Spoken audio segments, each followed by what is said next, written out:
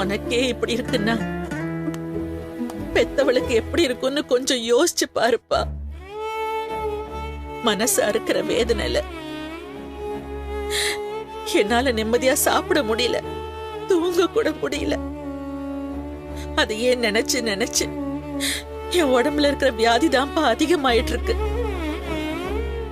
இன்னும் எவ்வளவு நாள் எனக்கு மிச்சம் இருக்குன்னே தெரியல. அம்மா, நீங்க இன்னும் ரொம்ப காலத்துக்கு நல்லா இருப்பீங்கம்மா.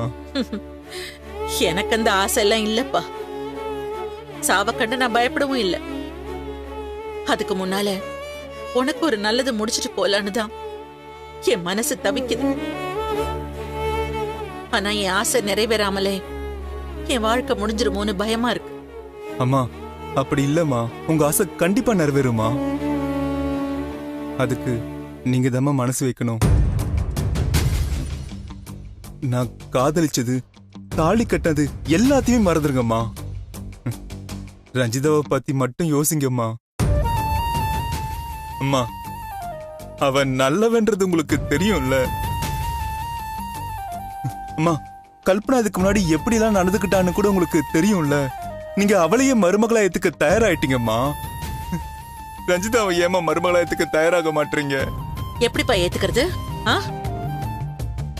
இந்த கல்யாணத்துக்கு என்கிட்ட சம்மதம் வாங்கறதுக்காக ரஞ்சிதா நல்லவ மாதிரி நடிச்சு ஏமாத்தி இருக்கா.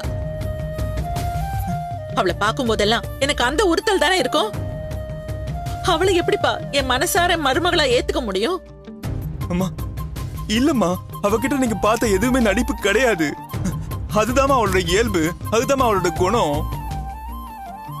அம்மா, அவ இந்த வீட்டுக்கு மருமகளா வந்துட்டானா நீங்களே எல்லாத்தையுமே புரிஞ்சுப்பீங்கம்மா. அம்மா, அவளை பத்தி உங்களுக்கு வேற ஒரு தப்பான எண்ணம் இருக்கலாம். ஆனா அது எல்லாமே காலப்போக்குல சரியாயிடுமா.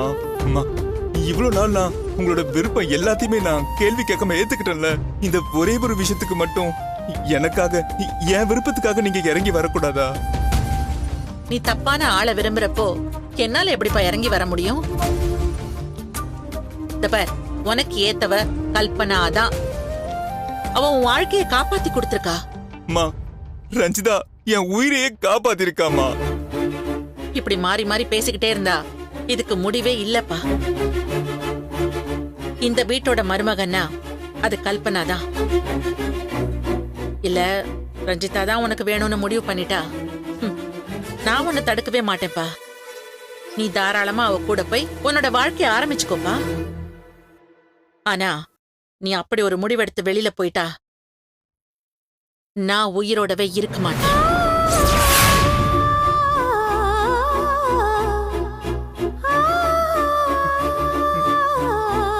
உன் பின்னாடியே நான் வந்துருவேன்னு அன்னைக்கு மாதிரியே நீ என்ன மிரட்டலாம்ப்பா. நீ அவ கூட வாழறதும் உன் முடிவை தேடிக்கிறதும் உன் இஷ்டம். அத பாக்கறதுக்கு நான் உயிரோட இருக்க மாட்டேன்.